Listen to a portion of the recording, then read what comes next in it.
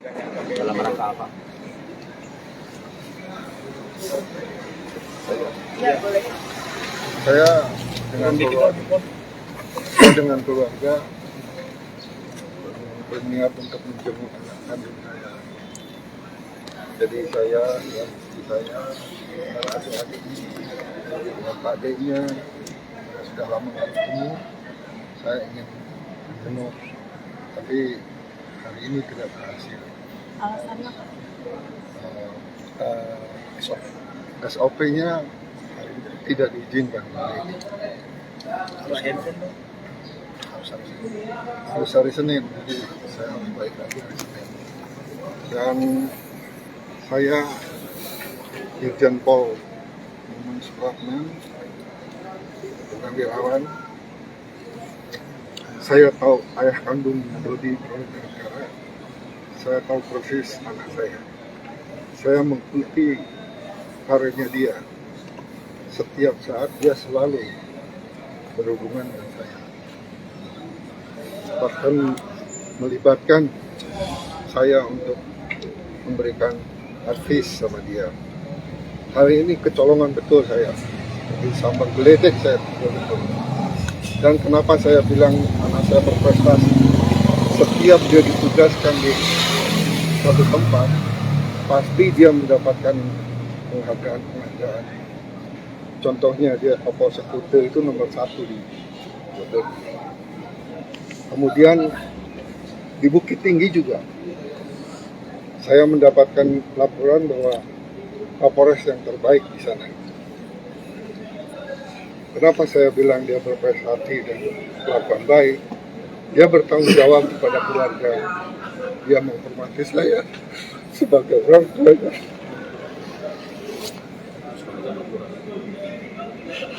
Dan agamanya juga kuat ya. Lalu didikan saya bilang dia tidak seperti itu waktu dia menangani kasus besar. Motor besar mungkin tahu ya. Waktu dia menangani kasus besar di Bukit Tinggi, dia mau dikasih uang 10 miliar, ditolak sama dia. Dan saya yakin kalau dia itu tidak dari hatinya untuk melakukan ini. Saya yakin dia dapat tekanan dari pimpinannya. Itu informasi dari kuasa hukum Dodi ya. Saya terus terang saja, anak saya tidak mungkin berbuat seperti itu. Saya jamin itu. Hanya ini mungkin karena tekanan aja harus melaksanakan perintah pimpinannya.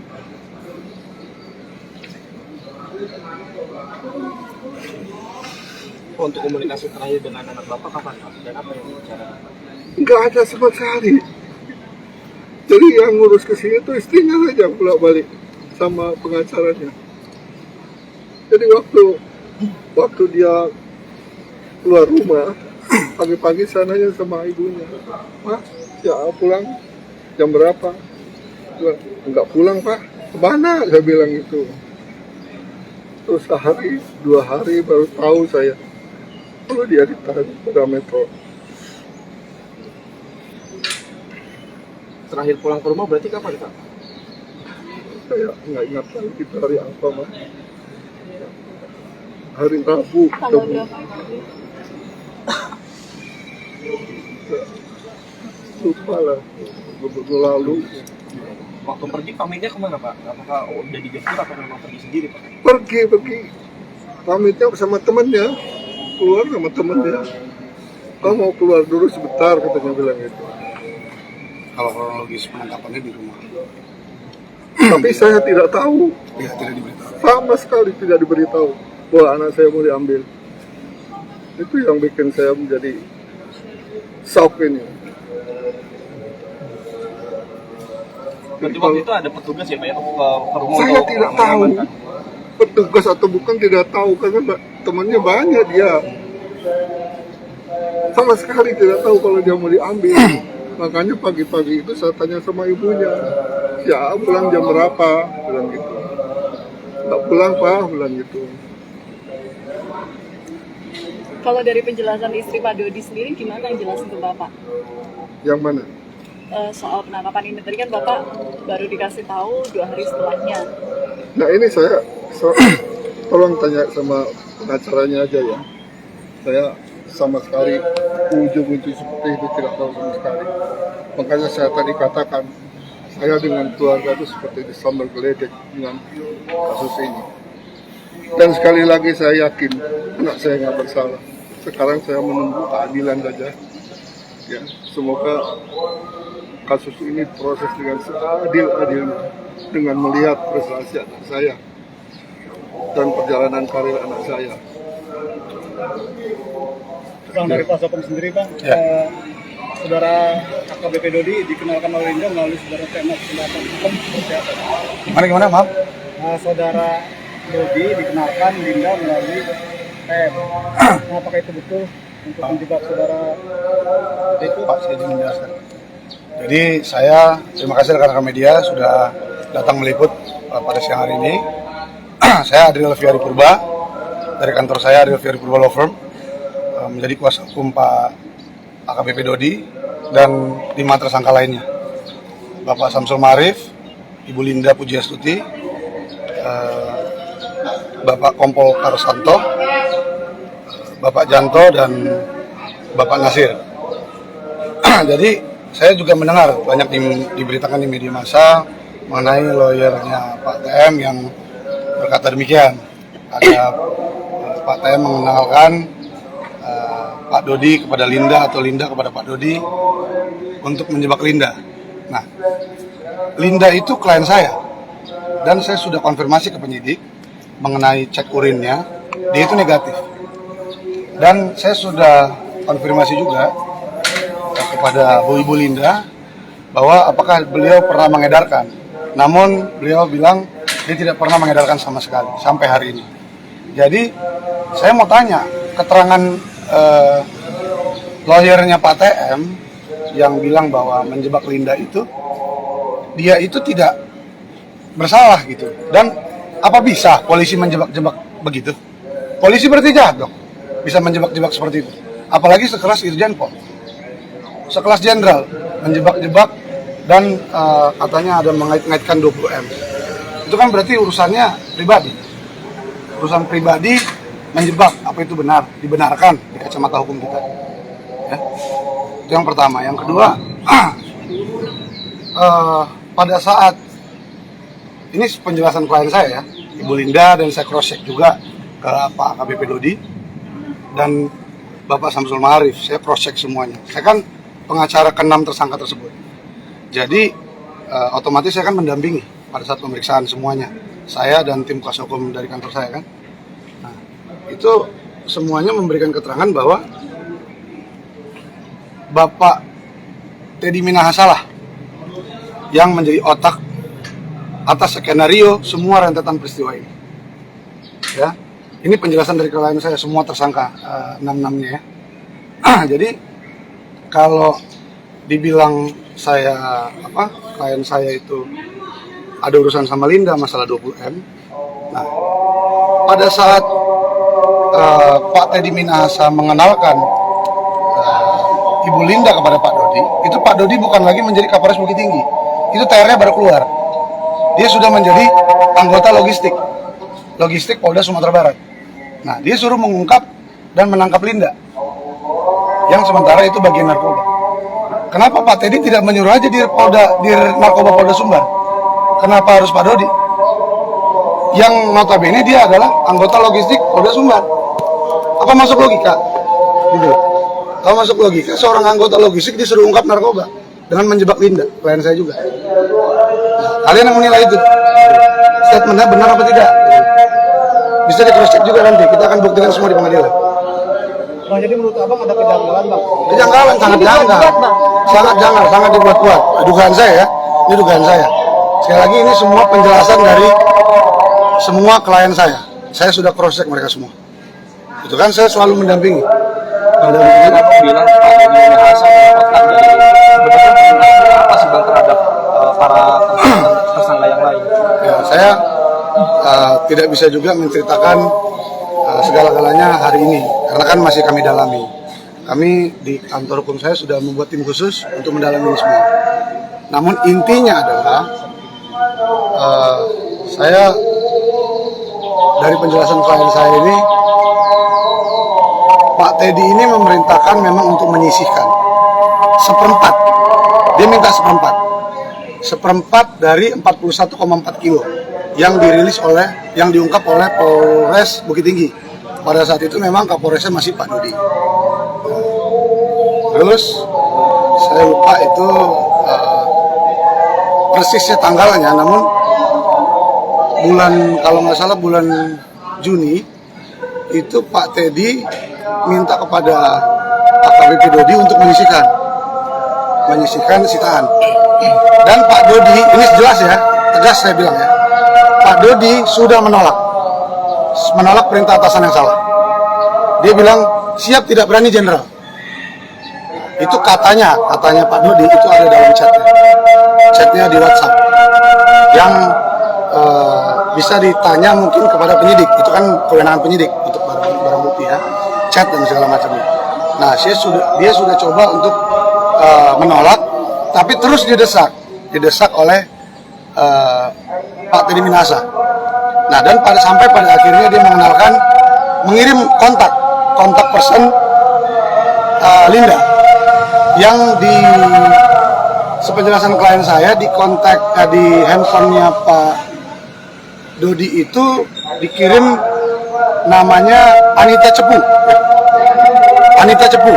Anita Cepu itu yang ngirim dari Pak Teddy Minahasa ke Pak Dodi.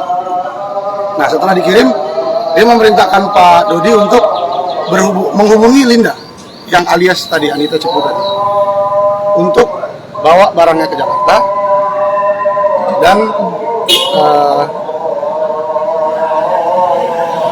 ya otomatis menjual. Ini penjelasan klien saya, bukan dari saya. Nah, jadi pada prinsipnya itu tadi saya bilang. Jadi otak seluruh mahakarya ini, seluruh rentetan peristiwa dari awal mula Pak Teddy sampai ke jaringannya itu semua adalah otaknya Pak Teddy Minahasa. Sepenjelasan klien saya ulangi. Penyisihan yang diminta oleh Pak TM kepada Pak Dodi itu awal mulanya untuk apa, Pak? Gimana? Penyisihan dari sejumlah sabu itu yang awalnya diminta itu buat apa? Jadi memang kata penjelasan, saya balik lagi, penjelasan Pak Dodi itu pada saat saya konfirmasi, memang pada saat di chat itu Pak Teddy bilang begini, tolong dipisahkan seperempat untuk bonus buat anggota, katanya begitu. Itu ujar Pak Teddy ya, kalimat langsung dari Pak Teddy di chatnya Pak Dodi, di handphone Pak Dodi. Cuman saya tidak tahu tanggal persisnya, saya lupa. Nah, nanti coba saya dalami lagi. Nah, itu maksudnya saya juga kurang paham tuh, belum saya dalami lagi. Apakah itu sabunya yang buat anggota atau hasil penjualannya? Nah, ini kan berdugaan kan? Saya belum tahu nih. Lantas kan tadi ada penolakan dari Pak Dodi untuk menyisihkan, tapi lantas pada akhirnya ada 5 kg yang tersisih gitu. Nah, itu bagaimana ceritanya sampai akhirnya tersisih 5 kg? Nah, sepenjelasan Pak Dodi memang desakan, tekanan, dan akhirnya dia menjalani perintah tersebut dengan itu keadaan overmark itu, keadaan tekanan itu. Jadi walaupun dia dalam hatinya menolak, namun ya dia bilang begini, gue ini Kapolres Bukit Tinggi, dia Kapolda Sumatera Barat, ya, yang jelas-jelas dia pimpinan tertinggi gue. Nah, saya sudah coba menolak dengan saya tidak berani jenderal. Buat apa jenderal? Saya tidak berani. Berkali-kali dia ngomong seperti itu. Namun ya pihak Pak Teddy, ini penjelasan dari Pak Dodi ya, pihak Pak Teddy tetap mendesak dan akhirnya dia terima, dijalankan perintahnya. Agar ya itu loyal tadi, dia kan loyal dengan pimpinannya. Gitu. Ya, maka dari itu dia melaksanakan perintahnya.